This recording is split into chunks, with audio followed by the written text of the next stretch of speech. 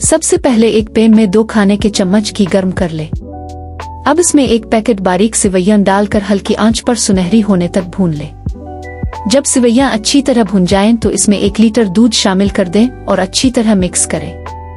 दूध को दरमियानी आंच पर पकने दें और दरमियान में चम्मच चिल्लाते रहें ताकि सिवैयां नीचे ना लगे। जब दूध हल्का सा गाढ़ा होने लगे तो इसमें आधा कप चीनी शामिल करें और अच्छी तरह मिक्स कर दें। अब 4 से 5 हरी इलायची पाउडर, 2 खाने के चम्मच कटे हुए बादाम, 2 खाने के चम्मच पिस्ते और 1 खाने का चम्मच किशमिश शामिल कर दें। तमाम चीजों को अच्छी तरह मिक्स करें और 5 से 7 मिनट मजीद पकाएं।